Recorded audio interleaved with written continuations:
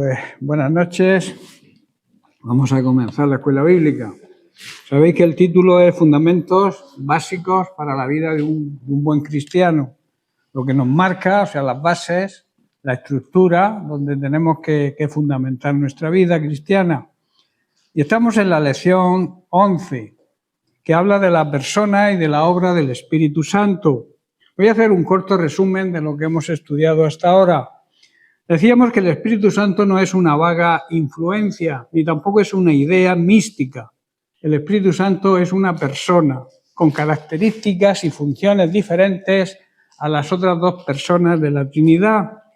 También que el Espíritu Santo hará que las personas de este mundo se den cuenta de que no creer en Jesucristo es pecado. La Biblia describe al Espíritu Santo de diferentes maneras que estuvimos estudiando, a través de diferentes nombres y también a través de diferentes símbolos. Y estamos analizando las cosas, la obra del Espíritu Santo en un discípulo de Jesús. Hemos estudiado que la obra del Espíritu Santo habilita al discípulo para echar fuera demonios. Lo habilita también para hablar como Dios desea que hablemos en cualquier circunstancia o en cualquier momento de necesidad. También nos habilita para nacer de nuevo. Las personas incrédulas, a través del Espíritu Santo que los redarguye de pecado, trae convicción de pecado, los hace nacer de nuevo. También que será nuestro consolador para siempre. Vive en nosotros. Nosotros como cuerpo físico, como persona individual, somos el templo, el santuario del Espíritu Santo, pero también como cuerpo místico de Jesucristo, la Iglesia, también Él habita en medio de ella. Nos enseña y nos recuerda al Espíritu Santo lo que Jesús hizo y nos enseñó, nos convence de pecado, nos da el poder para testificar de Él, de Dios, también nos habilita en nosotros su justicia, su amor, su paz y su gozo. Y también lo último que trabajamos y estudiamos la semana pasada es que el Espíritu Santo santifica la obra que hacemos para Dios. Todo lo que hacemos para Dios a través de nuestra vida de santidad en principio, porque la santificación de Cristo nos obliga a vivir en santidad. Al ser santificados por medio de Cristo, esto nos compromete a nosotros, a sus discípulos, a vivir en santidad. Por eso la santidad cristiana conlleva transformación, alejarse de toda contaminación mundana y dedicarnos a servir en la obra de Dios. Por eso la santidad cristiana es la condición necesaria para vivir la vida plena y abundante que Cristo nos ofrece. Por eso debemos ver la santidad como, digamos, el centro neurálgico del Evangelio, la esencia del Evangelio, y está fundamentada en su gracia. Somos santos, vivimos en santidad por la gracia de Dios. También la justificación y la santificación dijimos que iban de la mano. La santidad tiene carácter cristocéntrico. Nosotros tenemos que imitar la santidad de Cristo, intentar ser como Cristo, que es nuestro modelo a seguir. Y también decíamos que la santidad es un proceso gradual. No se consigue la santidad de la noche a la mañana. Es una vida continua de esfuerzo, de sacrificio, de valentía y de esfuerzo para dedicarnos a vivir en la santidad que Dios nos exige, para poder hacer su obra, el mandamiento que Él nos encargó, la gran comisión. Bien, pues entramos en materia nueva. El Espíritu Santo, ya tocamos algo, hicimos la introducción la semana pasada. El Espíritu Santo da testimonio a nuestro espíritu de que somos hijos de Dios. Y en Romanos capítulo 8, verso 16, Pablo nos dice, el Espíritu mismo testifica, da testimonio a nuestro espíritu de que somos hijos de Dios. Romanos 8, 16 es un versículo clave, digamos, en la teología de las cartas de Pablo. Toda la teología paulina está basada precisamente en la doctrina acerca de la adopción. El Espíritu Santo se une a nuestro espíritu y nos asegura, nos da la garantía de que somos hijos de Dios. En este versículo Pablo nos revela la esencia real de nuestra relación con Dios como hijos suyos. Somos hijos suyos y debemos tener una relación de intimidad con nuestro Padre Celestial. El Espíritu Santo, quien mora en nosotros, testifica junto con nuestro espíritu de que somos verdaderos hijos de Dios, y el mundo tiene que ver eso. El mundo tiene que ver la demostración de los hijos de Dios, demostrarles al mundo que realmente no somos hijos de Dios de apellido o de palabra. Somos hijos de Dios reales porque ha habido un nuevo nacimiento y a través de ese nuevo nacimiento Cristo nos adopta, Dios nos adopta. Esta es una verdad fundamental para nuestra fe y nuestra esperanza. El Espíritu Santo dice que actúa como testigo. El Espíritu Santo, que es la tercera persona de la Trinidad, quien habita en el corazón de cada creyente. Creámoslos o no, el Espíritu Santo mora dentro de nosotros. Por eso debemos de tener mucho cuidado cómo actuamos en nuestra vida, porque el Espíritu Santo está de testigo, está viendo todo lo que hacemos. Quizá tú te escondas para hacer alguna maldad o alguna cosa que no está bien, pero el Espíritu Santo mora dentro de ti. Tienes que tener en cuenta eso, que Dios, el Espíritu Santo, nos ve porque mora dentro de nosotros. Su presencia también en nosotros, como he dicho, es una garantía de nuestra adopción como hijos de Dios. Él es quien nos capacita, el Espíritu Santo es quien nos capacita para poder tener una intimidad con el Señor y llamarle papaíto, Abba Padre.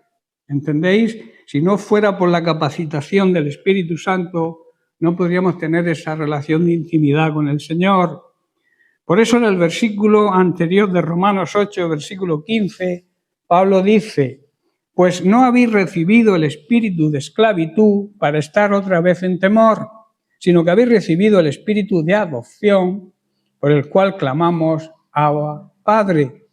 Papá en arameo, que era el idioma que se usaba para el trato familiar, y es el idioma que Jesús hablaba con sus discípulos, expresando así nuestra intimidad y nuestra confianza en Dios.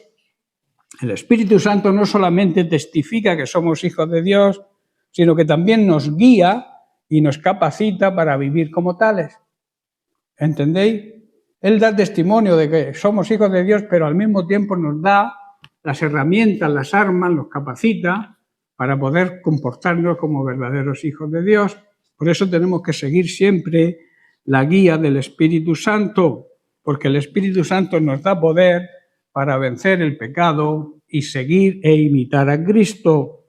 En el versículo 13 también de Romanos 8, Pablo dice: porque si vivís conforme a la carne, moriréis. Mas si por el Espíritu hacéis morir las obras de la carne, viviréis. Lo que está diciendo Pablo es que si vivimos en obediencia a nuestra vieja naturaleza, que era pecaminosa, tenemos muerte, pero muerte espiritual. Esto habla de condenación. Pero si mediante el poder del Espíritu Santo hacemos morir las acciones de dicha naturaleza pecaminosa, entonces viviremos, tendremos vida eterna. Y esto habla de salvación por la eternidad. Amén. Él nos consuela en medio de las aflicciones y nos asegura que nada nos podrá separar del amor de Dios. Nada ni nadie podrá separarnos del amor de Dios, ni nosotros mismos, aunque no queramos sentir el amor de Dios, aunque no deseemos tener relación con Dios, el amor de Dios jamás lo vamos a poder apartar de nosotros. Él sigue amándonos, aunque nosotros no le amemos a Él. En Romanos capítulo 8, versos 38 y 39, Pablo dice: por lo cual estoy seguro de que ni la muerte, ni la vida, ni ángeles, ni principados, ni potestades, ni lo presente, ni lo porvenir, ni lo alto, ni lo profundo, ni ninguna otra cosa creada nos podrá separar del amor de Dios que es en Cristo Jesús, Señor nuestro. O sea que Jesucristo demostró ese amor por nosotros. Nuestro espíritu, que ha sido regenerado por el Espíritu Santo, también da testimonio de que somos hijos de Dios. También sentimos dentro de nosotros, a través de nuestro espíritu, que está en comunión con el Espíritu Santo, también testifica de que somos hijos de Dios. Esta es una convicción profunda que nace de lo más íntimo del verdadero discípulo. Es una certeza que no se basa en nuestros méritos o en nuestros logros o esfuerzos, sino en la gracia de Dios que fue manifestada y sigue manifestándose en Cristo Jesús.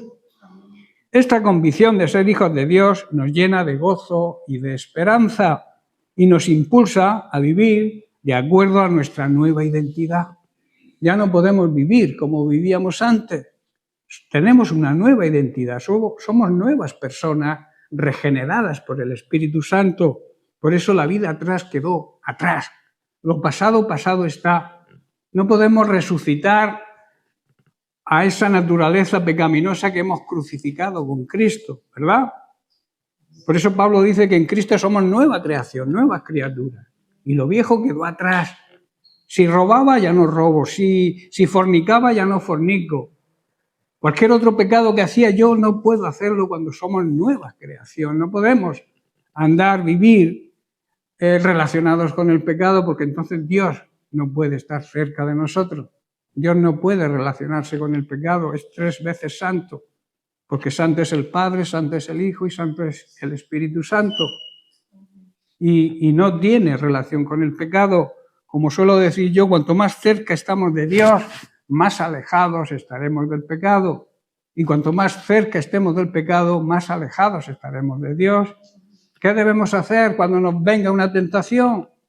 Acercarnos a Dios, buscar su palabra, orar, para que la tentación se vaya. Porque la tentación viene, la tentación no es pecado. El pecado está cuando caemos en la tentación, en la trampa del enemigo. Por eso hay unas implicaciones prácticas sobre este tema. La verdad de que somos hijos de Dios tiene, digamos, unas implicaciones totales en nuestra vida. No solamente en nuestra vida cristiana, aquí en la congregación, sino tiene que ser en nuestra relación con los vecinos, nuestra relación con nuestros compañeros de trabajo, en nuestra relación con la gente que nos encontramos por la calle, cuando vamos al supermercado. Tenemos que ser hijos de Dios siempre, en cada momento, y demostrarlo. Eso es lo que la implicación práctica. ¿Por qué? La verdad de que somos hijos de Dios tenemos que demostrarla. En primer lugar, esto nos libera del miedo y de la condenación. Ya no tenemos que vivir bajo el peso del pecado y la culpa que eso conlleva, sino que podemos acercarnos a Dios con confianza y con seguridad. ¿Entendéis? En segundo lugar, nos impulsa a amar a los demás como Cristo nos amó.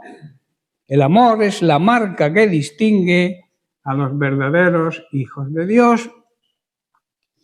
Por eso en Juan capítulo 13, versículos 34 y 35, Jesús mismo nos dice: un mandamiento nuevo os doy, que os améis unos a otros como yo os he amado, que también os améis unos a otros.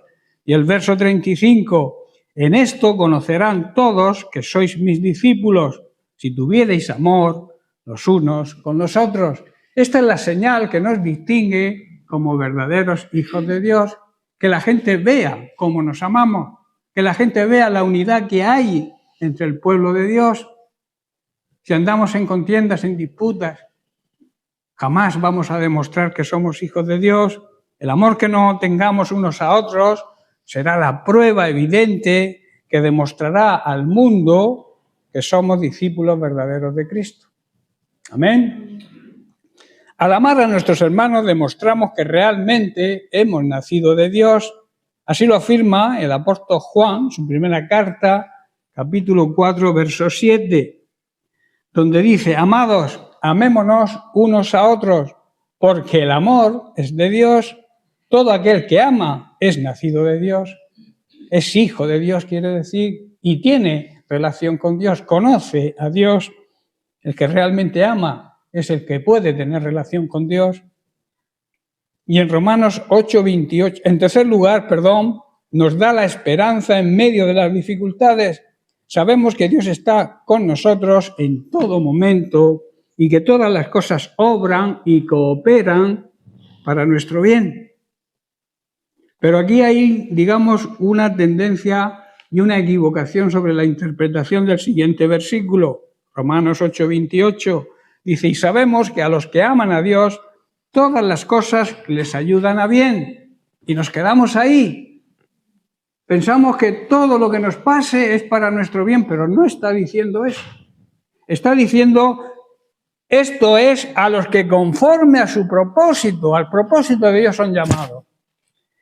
Dios hace, quiere decir que todas las cosas cooperen para el bien de los que le aman y son llamados según el propósito que Dios tiene para ellos. O sea, las cosas van a ocurrir para que se pueda cumplir el propósito que Dios tiene para nosotros. ¿Estáis comprendiendo? Todo lo que nos ocurra en nuestro esfuerzo porque el propósito de Dios se cumpla es lo que va a cooperar. No que todo lo que nos pase sea para bien. No quiere decir eso porque a veces obviamos la segunda parte del versículo, que es a los que conforme a su propósito son llamados. Cada uno tenemos un llamado y cada uno, Dios tiene un propósito. Y todas las cosas que ocurran, cuando nosotros procuramos hacer el propósito de Dios, van a actuar para nuestro bien. ¿Estoy entendiendo? Amén. La conclusión sobre este punto sería que Romanos 8:16 es un versículo que nos invita a reflexionar sobre nuestra identidad como hijos de Dios. No es algo, digamos, que no tiene fundamento, que no tiene esencia. Muchas veces decimos somos hijos de Dios sin darle la importancia real que eso tiene. Tenemos que reflexionar y entender lo que significa realmente ser hijos de Dios. Eso es un gran privilegio, es un gran honor que solamente se consigue aceptando a Jesucristo, aceptando su sacrificio, aceptando su muerte y su resurrección como el remedio para nuestra santificación, para que Jesús nos pueda santificar, pero para eso tenemos que reconocer que somos pecadores, pedirle perdón a Dios y aceptar lo que Jesús hizo por nosotros. Y entonces la conclusión de este versículo es que entendemos cuál es nuestra verdadera y nueva identidad en Cristo. ¿Estáis entendiendo? El Espíritu Santo y nuestro espíritu dan testimonio de esta maravillosa verdad. Esta convicción nos libera y nos impulsa a amar y nos da esperanza y nos hace que vivamos como verdaderos hijos de Dios. Basados en esa esperanza de que el Espíritu da testimonio a nuestro espíritu de que realmente somos hijos de Dios, eso nos convence, nos trae la convicción y la garantía para que podamos vivir la verdadera vida de un hijo de Dios. También la obra del Espíritu Santo en un discípulo de Jesús nos ayuda en nuestra debilidad. El Espíritu Santo, uno de sus nombres es el ayudador. Él nos ayuda, el paracleto, en la palabra griega. Y en Romanos 8:26 y 27 podemos leer lo siguiente. Dice así, de tal manera el Espíritu nos ayuda en nuestra debilidad, pues no sabemos qué pedir, pero el Espíritu mismo intercede por nosotros con gemidos indecibles. Y el que examina los corazones sabe cuál es la intención del Espíritu. Dios sabe cuál es la intención del Espíritu, porque el Espíritu es el Espíritu de Dios. Porque el Espíritu dice, intercede por los santos conforme a la voluntad de Dios. La debilidad humana. Todos experimentamos en nuestra vida momentos de debilidad, ¿verdad? Y muchas veces no sabemos cómo, ni cuándo, ni qué pedir, ¿verdad? Eso a veces nos ocurre. La ayuda del Espíritu Santo. En nuestra debilidad, el Espíritu Santo nos asiste y nos guía en la oración, esa oración que quizás no sepamos orar. Por eso dice que el Espíritu Santo intercede por nosotros, que quiere decir ora en nuestro lugar. El Espíritu Santo conoce perfectamente la voluntad de Dios el Padre y también conoce nuestras necesidades más profundas. Él intercede por nosotros ante el Padre, aun cuando no encontramos las palabras para expresar lo que sentimos, ¿verdad? Y por eso a veces dejamos que fluya el lenguaje espiritual del Espíritu Santo, esos gemidos que no podemos descifrar de una manera coherente. No sabemos lo que queremos decir, pero el Espíritu Santo sí lo sabe. Y Dios el Padre también lo sabe, porque es el idioma espiritual. Por eso muchas veces cuando nos ponemos a orar y llega un momento en que no sabemos qué decir, tenemos que dejar que las lenguas fluyan, que es el Espíritu Santo orando, intercediendo en nuestro lugar. Por eso son los gemidos indecibles que habla. La intercesión del Espíritu Santo a veces se manifiesta a través de gemidos que no podemos expresar con palabras. Estos gemidos son una expresión de la profunda conexión que existe entre Dios el Padre, el Espíritu Santo, el Hijo y nosotros. ¿Estáis entendiendo? Eso demuestra la conexión que debemos tener. Es un lenguaje, digamos, celestial, que demuestra la llenura y la plenitud del Espíritu Santo en nosotros. Amén. Dios conoce también la intención del Espíritu. Dios Padre conoce la intención del Espíritu Santo y la voluntad que Él tiene para nosotros, porque tiene la misma voluntad que el Padre. Él ama de la misma manera que el Padre, Él siente de la misma manera que el Padre y Él obra de la misma manera que el Padre. Por lo tanto, podemos confiar plenamente en que la oración del Espíritu siempre está de acuerdo con el plan divino. ¿Estáis entendiendo? Así que no tengamos temor, no tengamos miedo cuando el lenguaje del Espíritu Santo fluya desde lo más profundo de nuestro ser y démosles rienda suelta. Porque nos estamos perdiendo mucha bendición cuando frenamos la manifestación del Espíritu Santo a través de esos gemidos indecibles. Ahora, principios de aplicación sobre este tema. Debemos confiar plenamente en el Espíritu Santo porque es Dios. A veces estamos tan centrados en Jesús, en Dios el Padre, que nos olvidamos que estamos en la dispensación del Espíritu Santo, que estamos en la era del Espíritu Santo y debemos confiar plenamente en Él y en su obra. Cuando te sientas débil o confundido en la oración, debes confiar en que el Espíritu Santo está intercediendo por ti. Descansa, ten paz y deja que el Espíritu Santo actúe. Por eso debemos también permitir en esos momentos que el Espíritu Santo nos guíe. Abre tu corazón al Espíritu Santo y permite que te guíe en la oración. Él te ayudará a orar conforme a la voluntad de Dios. ¿Estáis entendiendo? Amén. Sé que igual no es fácil, pero hay que intentarlo. Hay que dejarse llevar por el Espíritu Santo. Debemos descansar, hermanos, en la seguridad del amor de Dios, confiar en que Dios nos ama y quiere lo mejor para nosotros. Y en este caso lo mejor para nosotros es la influencia del Espíritu Santo. Descansa en esa seguridad, descansa en ese amor que nos rodea, ese amor que Dios hace como un círculo de protección sobre nosotros, aún en los momentos más difíciles, aún en los momentos de mayor debilidad.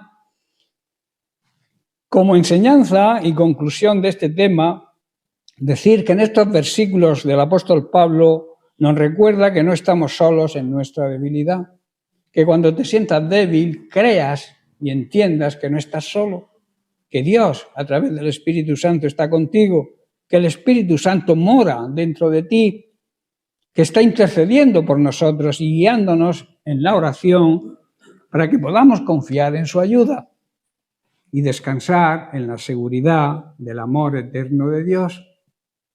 Amén.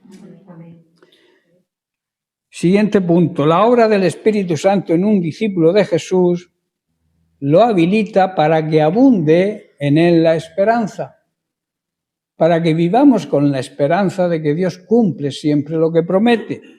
En Romanos 15:13 Pablo nos dice: y el Dios de esperanza os llene de todo gozo y paz en el creer, para que abundéis en esperanza por el poder del Espíritu Santo. La abundancia de la esperanza viene a través del poder del Espíritu Santo. El apóstol Pablo nos asegura que el Espíritu Santo nos habilita en esperanza. Esa esperanza es como, digamos, un faro que nos alumbra en medio de tanta oscuridad que estamos viviendo, ¿verdad? En estos tiempos tan difíciles. donde abunda la ignorancia de Dios, nadie quiere saber de Dios, y donde abunda tanto pecado. Esto es como un bálsamo para el alma, una promesa de esperanza que nos recuerda que no estamos solos en nuestro caminar por la vida, por este mundo tan complicado, y sobre todo en nuestro caminar en fe.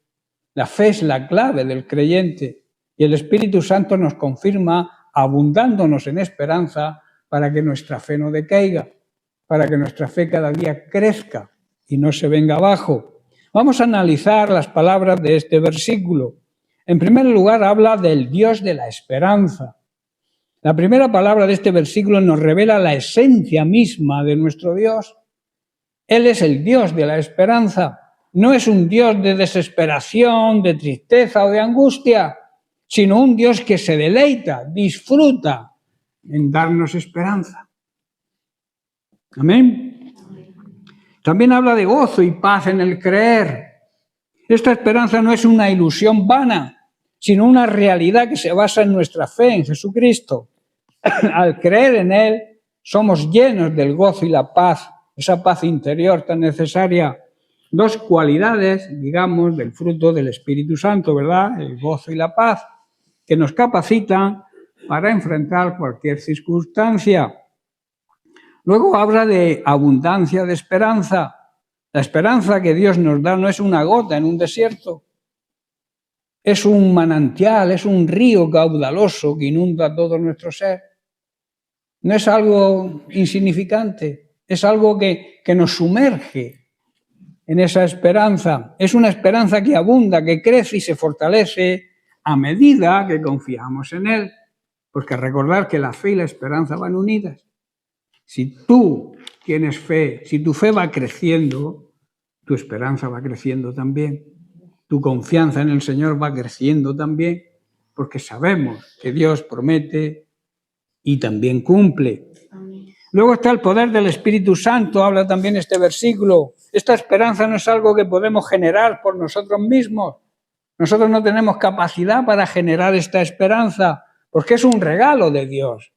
Es una obra del Espíritu Santo en nuestros corazones. Él es quien nos capacita para creer, para amar y para esperar todas las promesas de Dios. La esperanza es la virtud por la cual aspiramos al reino de los cielos y a la vida eterna como nuestro gozo supremo. Esa esperanza de pertenecer, de entrar en el reino de los cielos y vivir esa vida eterna que no tiene principio ni tiene fin en la presencia de nuestro Dios.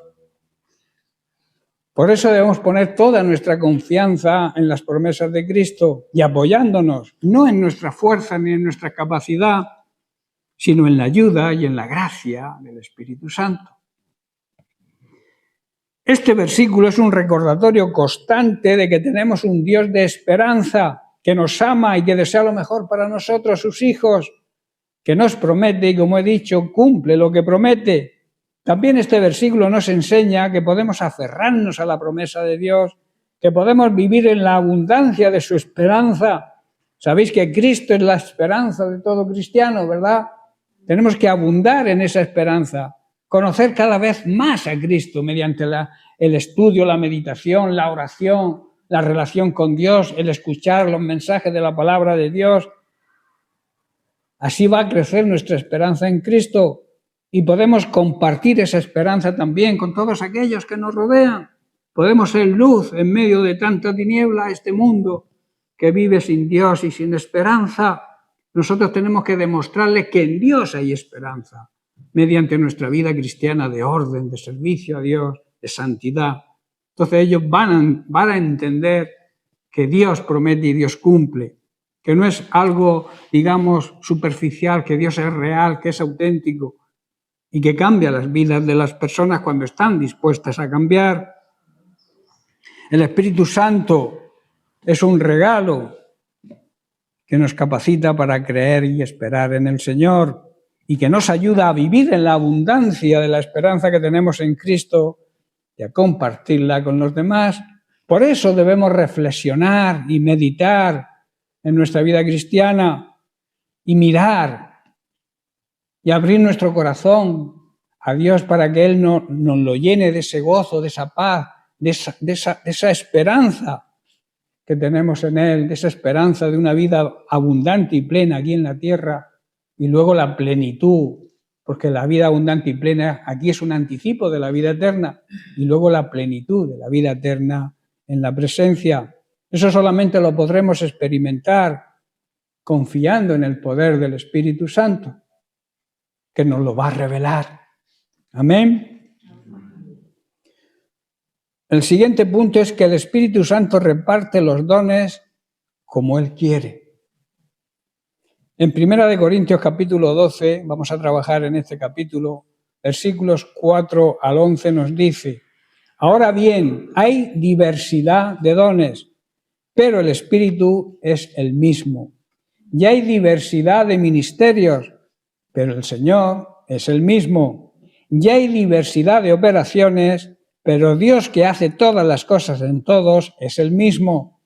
Pero a cada uno le es dada la manifestación del Espíritu Santo para provecho, no para provecho propio, como veremos luego, sino para provecho propio y también provecho de los demás.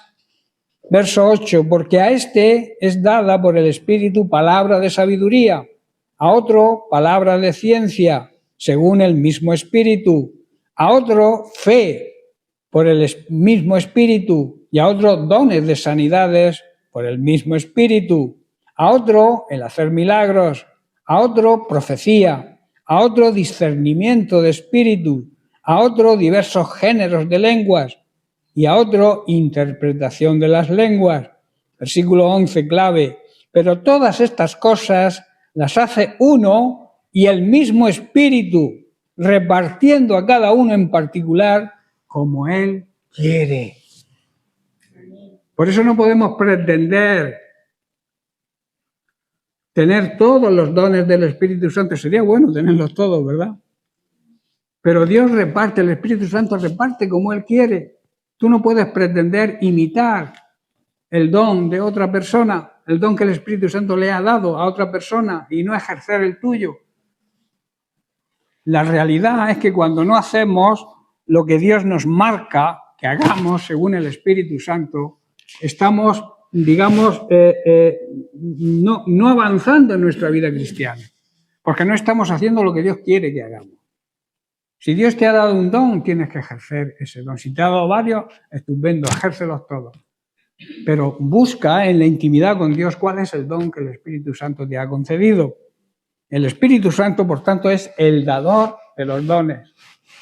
Sabemos que en medio nuestro de nuestra vida cotidiana, sabemos que como cristianos y como discípulos de Cristo, el Espíritu Santo está con nosotros. El Consolador, el que nos guía a toda la verdad.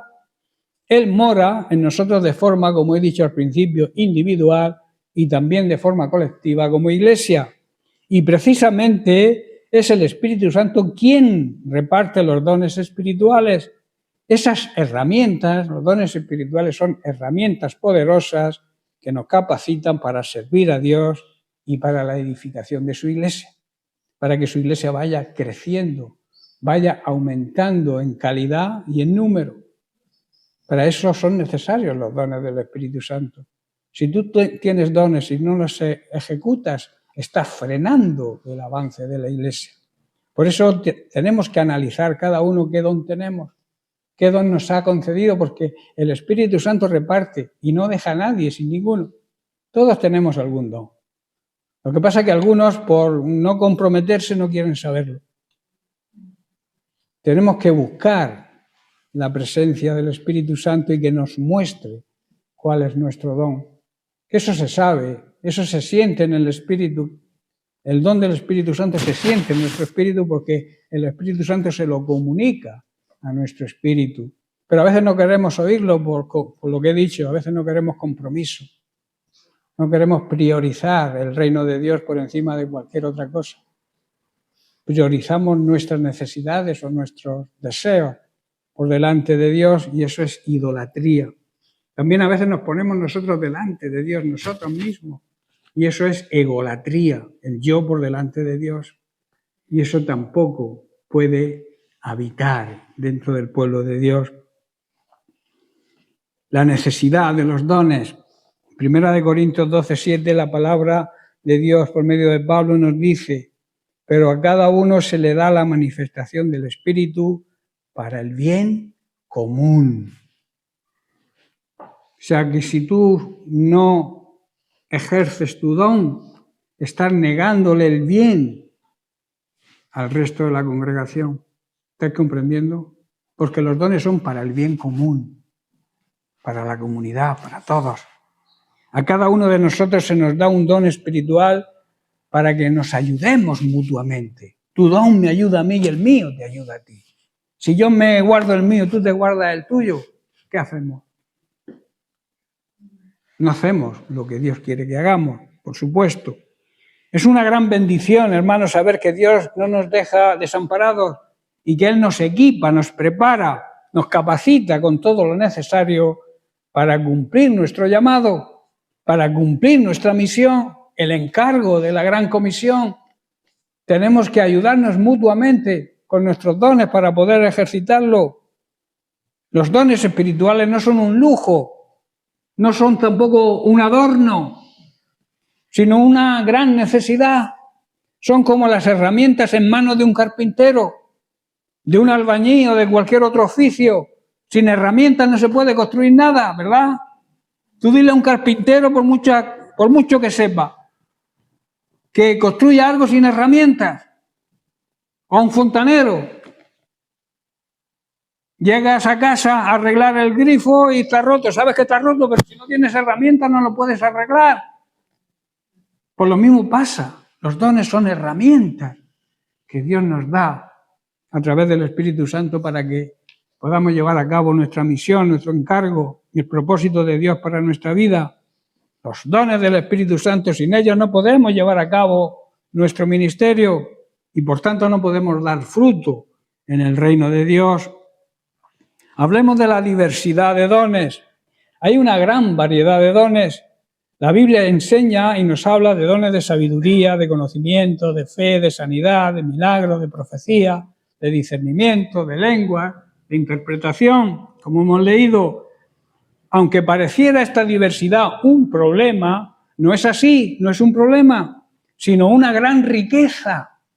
El que abunde en los dones es una gran riqueza. Cada don es como una pieza única en el rompecabezas divino. Juntos todos los dones obran en armonía para construir y edificar la iglesia de Cristo. ¿Estás comprendiendo? Luego está la soberanía del Espíritu Santo. El Espíritu Santo es quien decide qué don le da a cada creyente. Tenemos que aceptar la soberanía. Soberanía significa la máxima autoridad. No hay autoridad por encima de Él. Y no es por mérito propio, ni por favoritismo. Dios no hace acepción de personas, sino por su gracia y por su soberanía, su máxima autoridad, repito, Él reparte los dones como Él quiere. También mirando quizá nuestra capacidad y nuestra disposición. Si ve que estamos dispuestos a hacer la obra y que anhelamos, estamos ansiosos, tenemos sed de servir, pues quizá nos dé varios dones.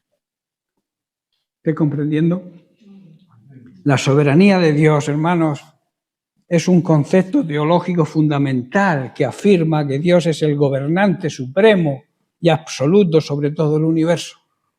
Y eso tenemos que aceptarlo, tal como es. Esto significa que Dios tiene el poder y la autoridad para hacer lo que le plazca y que nada ni nadie puede frustrar sus propósitos. Hechos capítulo 4, versículos 23 y 24. Vemos a Pedro y a Juan después de ser advertidos de no predicar en el nombre de Cristo. Y puestos en libertad se dirigen a los suyos, la iglesia, y en su oración reconocen la soberanía de Dios. Dice así: y puestos en libertad, Pedro y Juan vinieron a los suyos. Hay que recurrir a los nuestros. ¿Quién son los nuestros? Los hermanos de la congregación.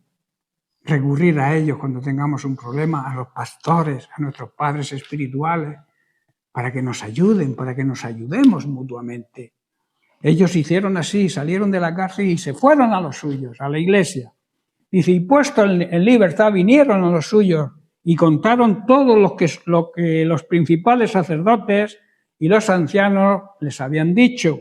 Y ellos, habiéndolo oído, alzaron unánimes la voz a Dios, o sea, una misma voz, y dijeron, soberano Dios, tú eres el Dios que hiciste el cielo y la tierra, el mar y todo lo que en ellos hay. Estaban reconociendo la soberanía de Dios. Cuando los creyentes, dice que oyeron la noticia, todos juntos alzaron en una sola voz una oración a Dios.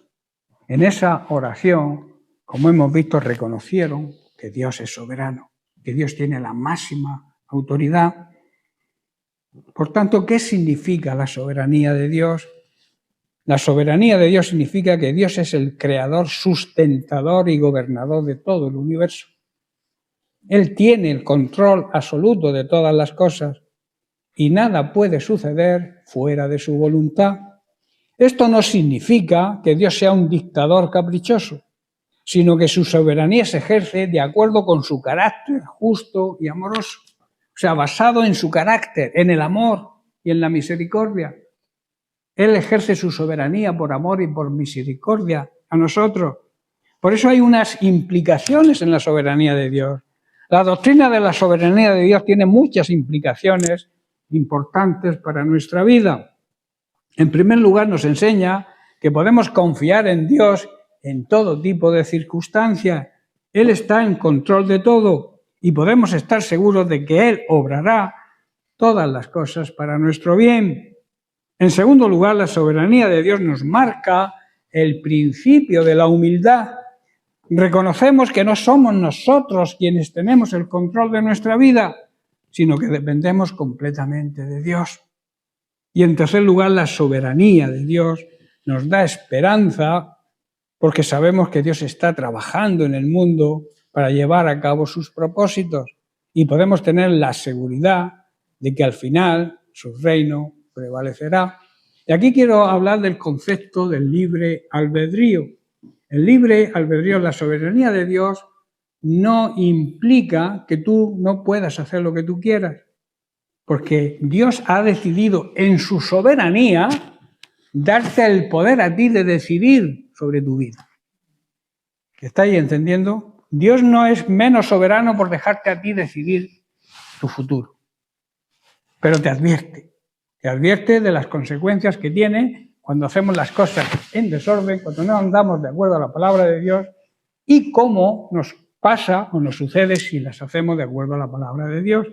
Pero Él en su soberanía ha decidido darnos, concedernos, y eso es innegociable, el libre albedrío. ¿Estáis entendiendo? Es que muchos preguntan, si Dios tiene el control de todo, ¿cómo me deja pecar? Pues precisamente por lo que he explicado, porque Él en su soberanía, en su máxima autoridad, lo ha decidido. ¿Estáis entendiendo? Claro. A ver, vamos a estudiar, para terminar, algunos puntos claves de la soberanía de Dios.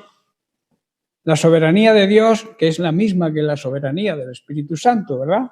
Porque el Espíritu Santo es Dios y como estamos tratando del Espíritu Santo, esto es aplicable al Espíritu Santo.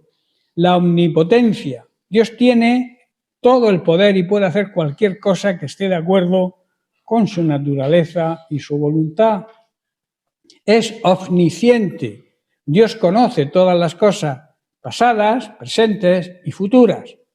Omnipresencia. Dios está presente en todas partes. Inmutabilidad. Dios no cambia. Él es el mismo ayer, hoy y por siempre. Y también fidelidad. Dios siempre cumple lo que promete. Él es fiel, aunque nosotros no lo seamos. Su fidelidad es eterna. La soberanía de Dios no significa, bueno, esto lo he explicado, pero venía ahora, no significa que los seres humanos no tengan libre albedrío. Más bien significa que Dios, en su sabiduría, ha decidido permitir que los seres humanos tomen sus propias decisiones. Esto ya lo he explicado. Por eso debemos tener en cuenta algunas consideraciones sobre la palabra de Dios y la exposición del Evangelio. sea, nuestro trabajo de cómo exponer el Evangelio a otras personas, debemos hacer énfasis en la palabra de Dios, en la Biblia. La predicación del Evangelio generalmente se centra en la interpretación y la aplicación de las Sagradas Escrituras. Debe ser cristocéntrica. La predicación del Evangelio proclama a Jesucristo como el centro de la fe cristiana y el único camino de salvación. También debe ser un llamado al arrepentimiento y a la fe. La predicación del Evangelio incluye un llamado a las personas a arrepentirse de sus pecados y poner su fe en Jesucristo. Y debe ser de aplicación a la vida cotidiana, a la vida diaria. La predicación del Evangelio busca conectar las verdades bíblicas con la vida cotidiana de las personas, pero no podemos quedarnos solo en la teoría, no podemos solo en saber cómo hacer las cosas, sino que debemos hacerlas, ponerlas en práctica. Tenemos que poner en práctica lo que aprendemos y lo que sabemos. Y en cuanto al mensaje del Evangelio, que trata de la soberanía de Dios, podemos llegar a la siguiente conclusión. Y ya terminamos con esto. Podemos llegar a la siguiente conclusión. La soberanía de Dios es una doctrina fundamental de la teología cristiana. Nos enseña sobre el poder, la autoridad suprema y el carácter de Dios. También tiene implicaciones importantes para nuestra vida, dándonos confianza, humildad y esperanza. La soberanía de Dios es una verdad, por tanto, esencial en la fe cristiana. El Espíritu Santo conoce nuestros corazones, conoce nuestras carencias, nuestras capacidades también, y también conoce nuestra necesidad, y en base a su sabiduría divina y eterna, nos da el don que mejor se adapta a nosotros y que más contribuirá al bien de la Iglesia. El propósito de los dones no son para nuestra vanagloria personal, que algunos se creen algo porque tienen un don. No es para nuestra vanagloria personal, sino para la gloria de Dios y la edificación de su Iglesia. Cuando usamos nuestros dones con humildad y con amor, estamos reflejando la luz y la verdad de Cristo en este mundo y atrayendo a otros al camino de la verdad. Debemos, por tanto, anhelar los dones espirituales. Eso es muy evidente, que deberíamos anhelar los dones espirituales y pedírselos al Espíritu Santo con fe y perseverancia. Y una vez que los hayamos recibido, de la manera que Él quiere, no como nosotros queramos, debemos usarlos con responsabilidad y con amor, y siempre buscando el bien de los demás y la aceptación y la gloria de Dios. Ahora yo terminaría este estudio con dos preguntas. La primera, ¿conoces ya tus dones espirituales? Si no es así, si no los conoces, debes pedirle al Espíritu Santo que te los revele, porque el Espíritu Santo mora dentro de ti. Úsalo, no lo tengas como un mueble, como un florero, como yo suelo decir. Usa al Espíritu Santo para que te muestre el don espiritual que tú tienes o los dones espirituales. La segunda pregunta, ¿estás usando tus dones para servir a Dios y a tu prójimo y no los estás usando? ¿O no los estás usando, perdón? Si no los usas, es tiempo de empezar. No esperes a mañana, hoy ya podrías empezar. No nos conformemos con una vida cristiana inactiva teniendo poder. Mediocre, una vida mediocre que a veces vivimos, una vida pobre en espíritu. Debemos aspirar cada vez a más, avanzar de nivel espiritual, buscando los dones espirituales y dejar que el Espíritu Santo nos capacite para hacer grandes cosas en el nombre de Jesús. Amén. Bien, pues lo dejamos aquí y seguiremos la semana que viene con más cosas que el Espíritu Santo nos habilita como discípulos de Cristo que somos. Amén. Que Dios les bendiga.